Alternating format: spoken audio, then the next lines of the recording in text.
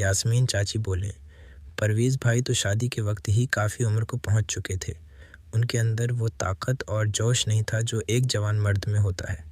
तूने कभी एक जोशीले जवान मर्द के साथ प्यार ही नहीं किया, इसलिए खुद सोच कि जब तेरा दिल चाहे घर के अंदर ही तेरी भौंक मिटाने के लिए एक ताज़ा दम जवान मर्द नसीब हो जाए तो इससे बेहतर बात और क्या हो सकती है। तेरी तो बिल्कुल रेवड़ियाँ ही निकल आएंगी। तो जब चाहे वो तुझे प्यार करेगा, तो जब चाहे वो तेरा हर काम करेगा, तो जब चाहे वो तुझसे मोहब्बत करेगा और तुझे इतना प्यार देगा कि फिर तुझे किसी चीज़ की कमी ही महसूस ना होगी। सोच ज़रा। ये बातें सुनकर मुझे अपने कानों पर यकीन नहीं आ रहा था। मुझे लगा कि अब छोटी अम्मी गुस्से से भड़क उठेंगी, मगर छोटी अम्मी बिल्कुल खामोश थीं और जैसे किसी गहरी सोच में डूबी हुई थीं। मैं ये देखकर बहुत हैरान हुआ। मुझे अपनी आंखों पर यकीन नहीं आ रहा था। क्या वाकई छोटी अम्मी मेरे बारे में सोच रही थी? ये ख्याल मुझे बहुत ज़्यादा परेशान कर रहा था।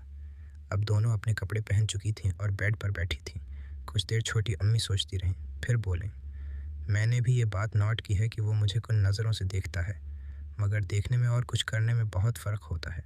वो जवान हो रहा है, शायद इसीलिए उसका अपने ऊपर कंट्रोल नहीं रहता, मगर वो अच्छी तरह जानता है कि आखिर मैं उसकी माँ हूँ। मैं उम्र में उससे 10 साल बड़ी हूँ। वो अपने से इतनी बड़ी औरत को प्यार कैसे कर सकता है? उसे अपनी उम्र की लड़की तो आसानी से मिल सकती है, तो फिर एक बड़ी उम्र की औरत में दिलचस्पी क्यों लेगा? यास्मीन चाची मुस्कुराएं और बोलें, अभी तुझे और भी बहुत कुछ सीखना बाकी है। सब मर्द अपनी ही उम्र की लड़की में दिलचस्पी नहीं रखते। कुछ मर्द अपने से बड़ी उम्र की औरतों को पसंद करते हैं और कुछ बहुत छोटी उम्र की लड़कियों को, मगर अपने से बड़ी उम्र वाली औरत को पसंद करने वाले मर्द ज़्यादा होते हैं।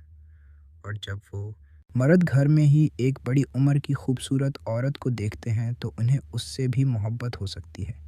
छोटी अम्मी हैरान होकर बोलें, आप इतना यकीन से कैसे कह सकती हैं? लगता है जैसे आपको किसी मर्द ने खुद ये सब बताया हो।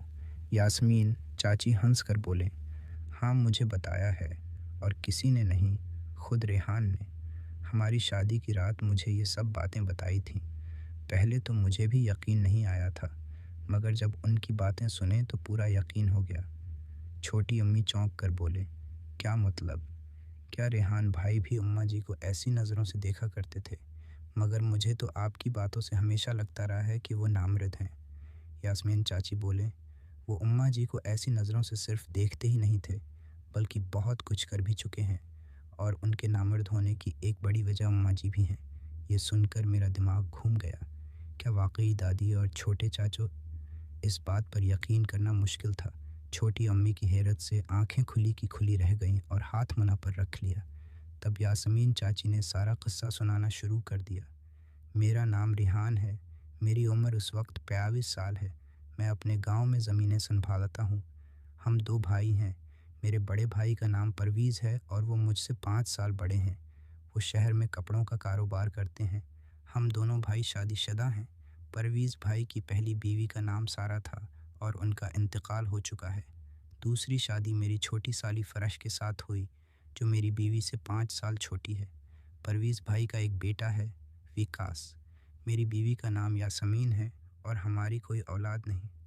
औलाद ना होने की वजह मेरा नामर्द होना है, और मेरे नामर्द होने की वजह कुछ हद तक अम्मा जी हैं, जो हमारे साथ ही रहती हैं।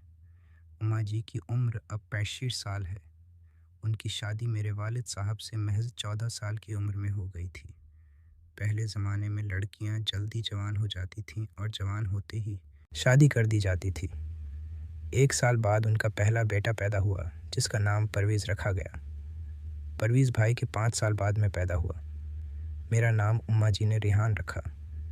मेरी उम्र सिर्फ 15 साल थी जब वालिद साहब का हार्ट अटैक से इंतकाल कर गए। अब्बा जी के जाने के बाद अम्मा जी बिल्कुल अकेली पड़ गई थीं। उनकी बेचैनी मैं अच्छी तरह समझ सकता था। अम्मा जी की जिस्मानी भूख आम औरतों से कहीं ज़्यादा थी। ये बात मुझे उसलिए मालूम थी कि हम सब एक ही कमरे में रहते थे। अक्सर रात को मेरी आंख खुल जाती थी और मैं अम्मा जी को अब्बा जी से बातें करते सुनकर हैरान रह जाता। अब्बा जी अक्सर ज़मीनों का काम करके बहुत थके हारे होते, मगर अम्मा जी किसी बात की परवाह किए बगैर अपनी जिस्मानी भौक मिटाने के लिए अब्बा जी को ज़बरदस्ती राज़ी करने की कोशिश करते, और सिर्फ एक बार नहीं, अक्सर रात को 2, बल्कि कभी कभी 3 बार भी अपनी भूख मिटाती थीं। सबको लगता था कि वो अपने शौहर के गम में हैं, मगर मैं जानता था कि सिर्फ गम नहीं, बल्कि जिस्मानी भूख भी है, जिसे मिटाने वाला अब कोई नहीं रहा। उम्मा जी दूसरी शादी नहीं करना चाहती थीं क्योंकि अब्बा जी हमारे नाम बहुत ज़मीन छोड़कर गए थे और वो नहीं चाहती थीं कि कोई और मर्द आकर उनके बेटों का हक छीन ले। अगले 3 साल बाद आहिस्ता आहिस्ता इम्मा जी का गम कम होता गया। अब वो दुखी तो नहीं लगती थीं, मगर हर वक्त बेचैन रहती थीं। परवीज़ भाई अब अलग कमरे में रहने लगे थे। उनकी उम्र 23 साल हो चुकी थी और मैं 18 साल का हो गया था। उम्मा जी की उम्र 28 साल थी। मैं और उम्मा जी एक ही कमरे में 2 अलग चारपाइयों पर सोते थे। कमरे में एक हल्की सी लाइट पूरी रात जलती रहती थी, क्योंकि उम्मा जी को अंधेरे से डर लगता था। अक्सर रात को अम्मा जी बेचैन होकर रो पड़ते और अपनी भूख निकालने की कोशिश करती। मैं सोने का बहाना करता रहता, मगर सब कुछ सुन रहा होता और हल्की रोशनी में सब कुछ देख भी रहा होता था। मगर मेरा ध्यान उस तरफ बिल्कुल न था, क्योंकि मैंने कभी अम्मा जी को ऐसी नज़र से नहीं देखा था। एक रात अम्मा जी रो रही थीं। मैं उठकर उनके पास गया और गले लगा लिया। गले लगाते ही अम्मा जी ने रोना बंद कर दिया। मैंने कुछ नहीं बोला तो उन्हें लगा कि शायद मैं नींद में हूँ, और मैंने नींद में बाजू उनके ऊपर रख कर गले लगाया। कुछ देर बाद मेरी हिम्मत की इंतहा हो गई जब अम्मा जी ने आहिस्ता से मेरा हाथ उठाया और अपने सीने पर रख दिया। मुझे तो जैसे करंट लग गया था। मैं कुछ बोल नहीं रहा था क्योंकि अम्मा जी को शर्मिंदा नहीं करना चाहता था। मुझे उनकी हालत का पता था।